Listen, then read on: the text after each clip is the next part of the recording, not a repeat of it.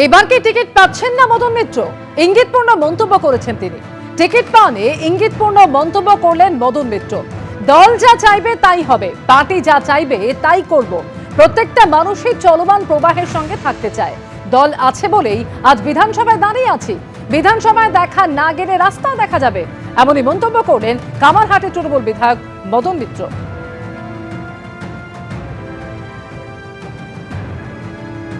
বিধানসভায় ফের আসলেও খবর, না আসলেও খবর, তাই তো? সেটা আমি কি করে বলবো? সবটাই পার্টির ওপর ডিপেন্ড করে। পার্টি যা চাইবে তাই হবে। আপনি কি চাইছেন? আমি চাইছি পার্টি যা বলবে সেটা করতে। সেখানে আমি চাইবো যে আমার দল খুব সুন্দরভাবে আসুক, এবং আর প্রত্যেকটা মানুষই চলমান প্রবাহের সঙ্গে থাকতে চায়। এক নম্বর হচ্ছে যে আপনি যদি টিকিট পান তাহলে আপনার চলমান প্রবাহে থাকতে পারবেন কিনা তা চূড়ান্ত হবে।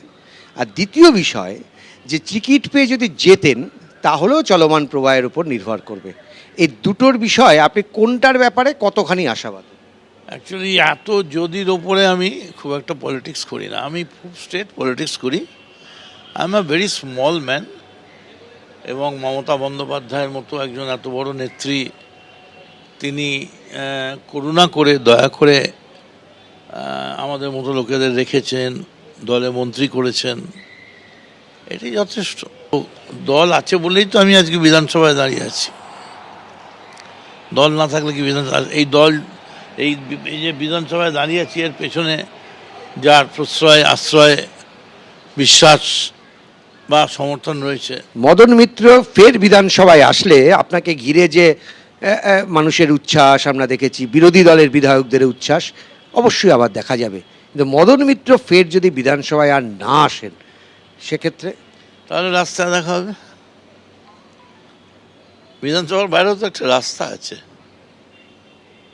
একটা রাস্তা বিধানসভায় যায়, একটা রাস্তা লোকসভায় যায়, একটা রাস্তা বার্নিংঘাটে যায়, একটা রাস্তা বাড়ির দিকে যায়। রাস্তা আছে।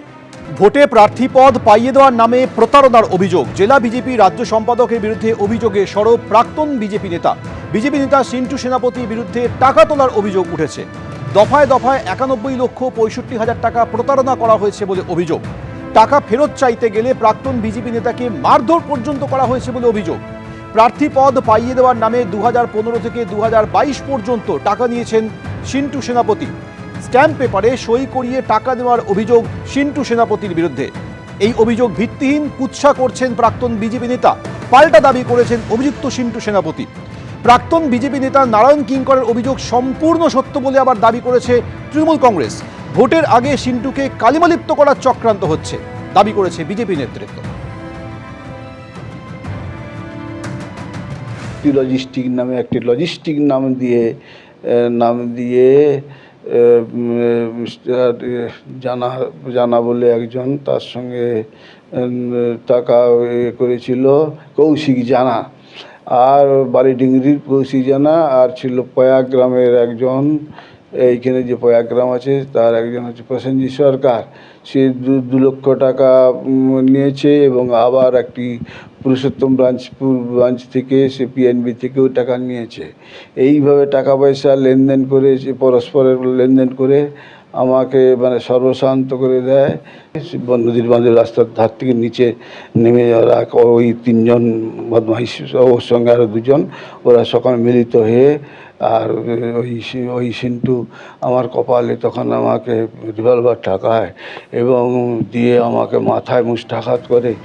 ভোটে প্রার্থী পদ পাইয়ে দেওয়ার নামে প্রতারণা করেছেন সিন্টু সেনাপতি, এমন অভিযোগে সরব হয়েছেন প্রাক্তন বিজেপি নেতা। জেলা বিজেপি রাজ্য সম্পাদকের বিরুদ্ধে অভিযোগে সরব প্রাক্তন বিজেপি নেতা। বিজেপি নেতা সিন্টু সেনাপতির বিরুদ্ধে টাকা তোলার অভিযোগে সরব হয়েছেন তিনি। প্রাক্তন বিজেপি নেতা যা অভিযোগ করছেন তা সম্পূর্ণ সত্য বলে তৃণমূল কংগ্রেস দাবি করেছে, যদিও বিজেপি নেতৃত্ব বলছে যে সিন্টু সেনাপতির বিরুদ্ধে ভোটের আগে তাকে কালিমালিপ্ত করার চেষ্টা করা হচ্ছে। সিন্টু সেনাপতি কি বলছেন শুনুন।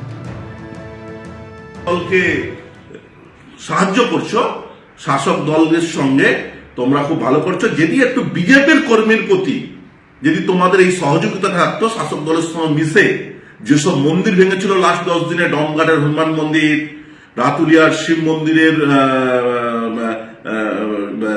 চূড়া কিছু এবং আপনাদের প্রতাপপুর ওয়ানের যে মন্দির চুরি হয়েছিল সেই সব মানুষকে যদি তোমরা সহযোগিতা করতে পারতে, তাহলে আমি মনে করতাম তোমরা সত্যি রাজনৈতিক ব্যক্তিত্ব, তোমাদের উদ্দেশ্য সফল হবে, তোমাদের উদ্দেশ্য সফল হবে।